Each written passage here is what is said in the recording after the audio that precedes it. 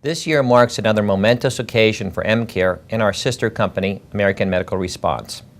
It has been a year of change, which has included the leveraged buyout from our prior parent, Law, and the formation of our new parent, Emergency Medical Services Corporation, or EMSC, and now our public offering. Through all these changes, one thing has remained steadfast: our commitment to our caregivers and your ongoing commitment to our patients. The EmCare Commitment to Care Award recognizes one such physician who exemplifies the fundamental core values that have been and will continue to be the foundation of our organization. I am proud to join you in honoring this year's award winner. Welcome to EmCare's third annual Commitment to Care Award ceremony. 2005 has been a year of unprecedented natural disasters, calling upon extraordinary emergency responses. In all instances, emergency physicians were among the first to respond and render care to patients. This year's recipient is no exception.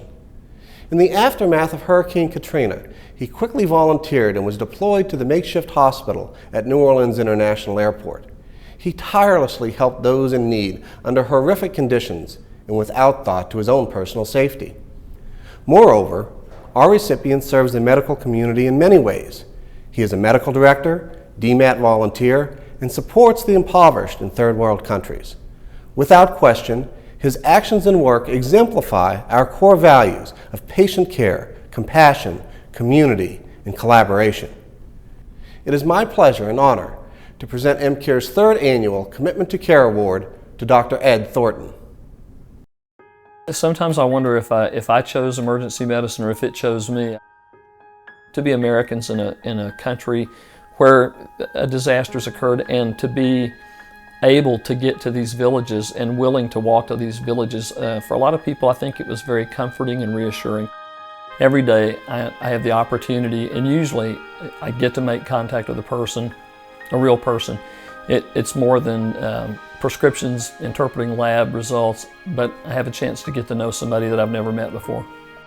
We pooled our resources, we bought food, and we took food into some of the villages where families had lost loved ones or where old people lived and really had no stores of food.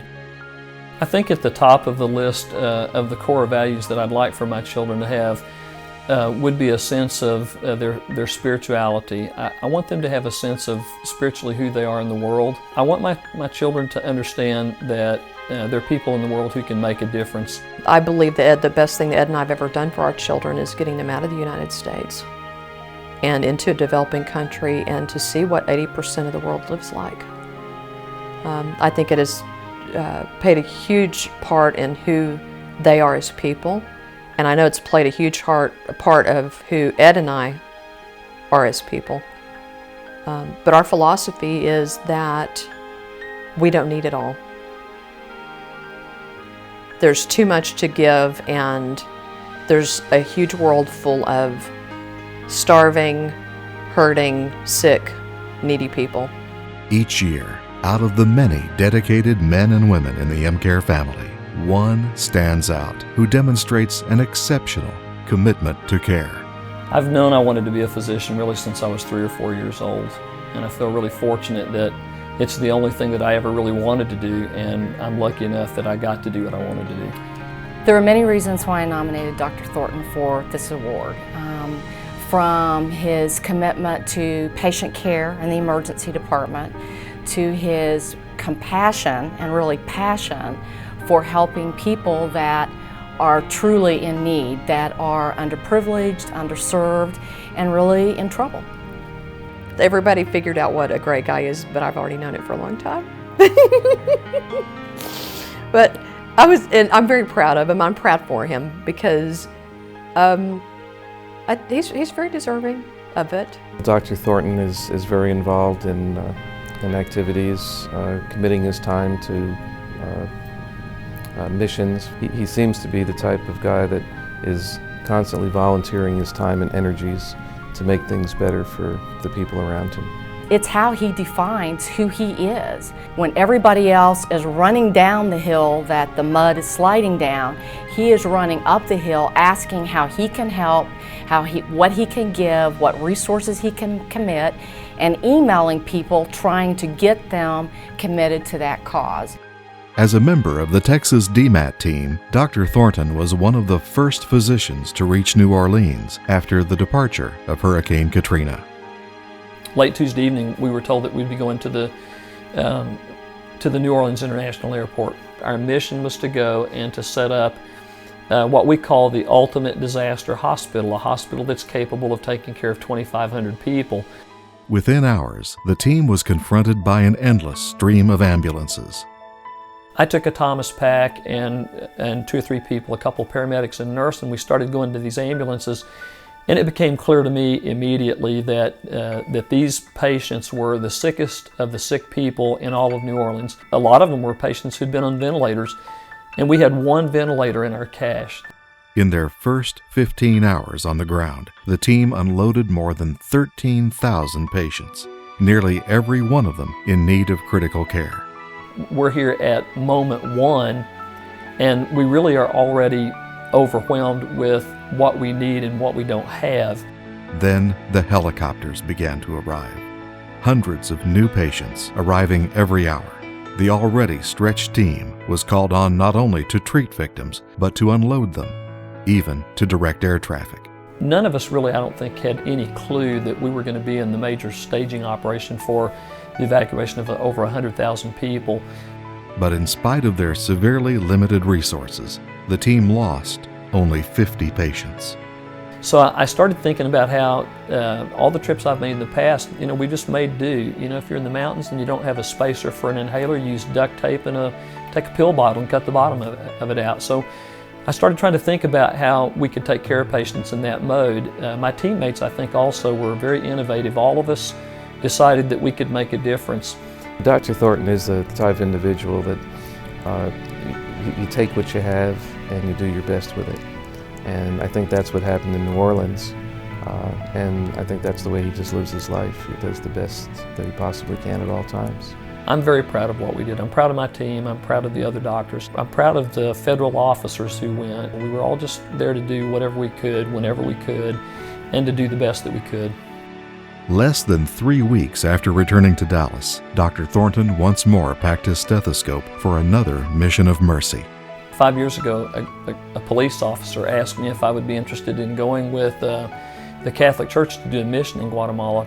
We typically will go to 2 villages every day up in the mountains, and we have to hike up to these villages. And this year it was muddy, it was wet, it was cold. By Tuesday I realized that something quite extraordinary was happening because we had winds that were 70 and 100 miles an hour. High winds snapped trees, and torrential rains caused mudslides that swept away roads and villages and people. I remember another family that we met. It was a woman and her 6 children, and her husband had helped all of them out of the house when the mudslide started, and he was missing. And so part of our mission was just to listen and to listen to the things that all of these people were suffering with together. I think for some reason having an American there that would listen was special for them. We as citizens of the United States have a huge privilege and advantage in that most people that live in this country have never gone to bed hungry. And I think that by doing for others and going somewhere in one little niche or corner of the world, it makes a difference for the people in that corner of the world. You can't change the world, but you can make a difference one person at a time.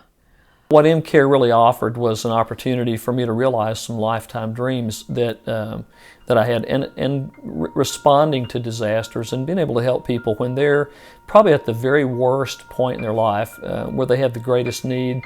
But I really think it's great to work for a company that our heart's in the right direction. The heart of this company is in the right direction. ER physicians can get really overwhelmed with the number of patients coming in, but that doesn't matter to Dr. Thornton. He's going to be sure that every patient gets the proper time and energy from him, and he demands that of those other physicians who work in our ER.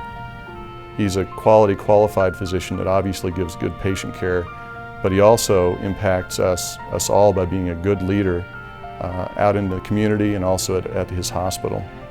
And it's again something that we should all look to and use Dr. Thornton as a role model in.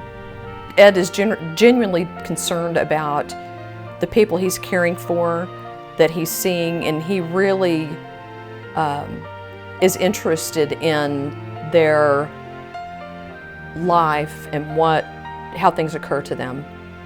The medicine is part of it, but it's really more about relationships. He has always been committed to the community and been compassionate, as exhibited by his charitable work that he does both locally and also his medical mission work, which he does in Guatemala and other venues throughout the year. He gives of his time in free clinics, he gives of his time in mission trips, and he doesn't think about the harm's way that he's put himself in. He thinks about what he can give back and how he can make things better. I'm sure I'm speaking on behalf of us here at EmCare as well as his wife that we'd like for him to stay put for at least a couple weeks before he goes somewhere again. I want to go someplace and make a little bit of a difference in a corner of the world. I can't change it all. I can't change the whole world, but if I could just make a difference in some small part, then